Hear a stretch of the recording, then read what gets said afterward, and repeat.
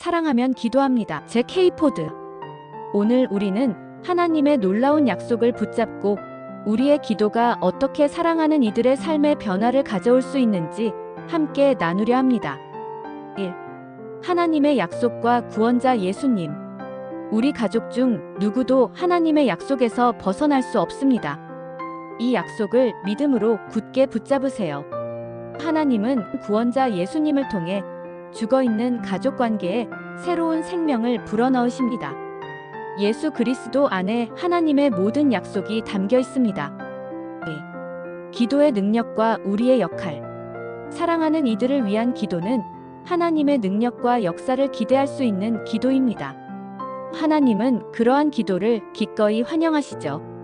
가정의 문제나 사랑하는 이들이 시련에 처했을 때 하나님께 기도하면 우리의 상상을 초월하는 방법으로 문제가 해결되는 것을 경험할 수 있습니다.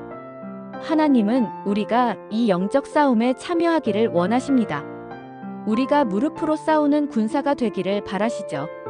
하나님 편에 서서 그분의 나라가 임하기를 기도하고 그분의 능력으로 어둠을 물리치며 사랑하는 사람들을 구원으로 인도하는 것이 바로 우리의 역할입니다. 3. 기도와 삶의 조화.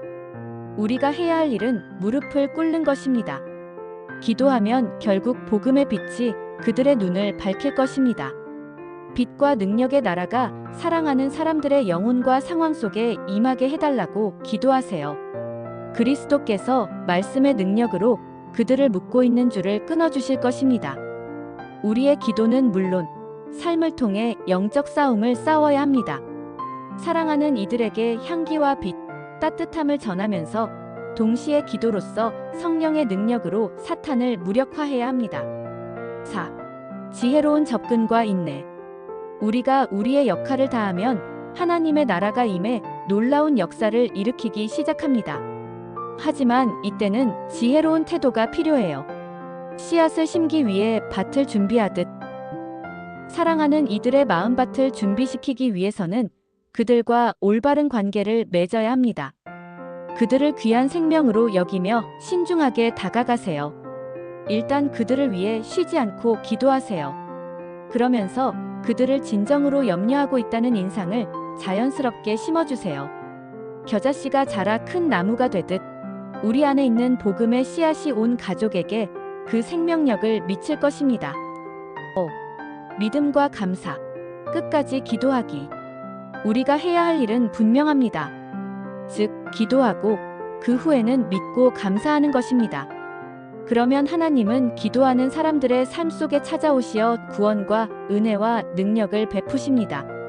우리의 기도에 응답하시는 것이죠. 하나님은 우리에게 무엇이든 구하라고 말씀하셨습니다. 기도하고 싶은 마음이 생긴다면 즉시 기도하세요. 그로 인한 열매는 나중에 거둘 것입니다. 아무리 어려운 상황이 닥치더라도 계속해서 기도하라는 명령에 순종해야 합니다. 하나님께 기도하면 그분의 능력이 아무리 엉망진창이 된 상황일지라도 능히 바꾸실 수 있습니다. 기도는 하나님이 정해주신 수단입니다. 곧 하나님의 능력을 구하고 하나님을 거역하는 사람들의 삶 속에서 그분의 뜻이 이루어지게 만드는 수단이죠. 사랑하는 이들을 위해 포기하지 않고 기도할 때 하나님의 놀라운 역사를 경험하게 될 것입니다.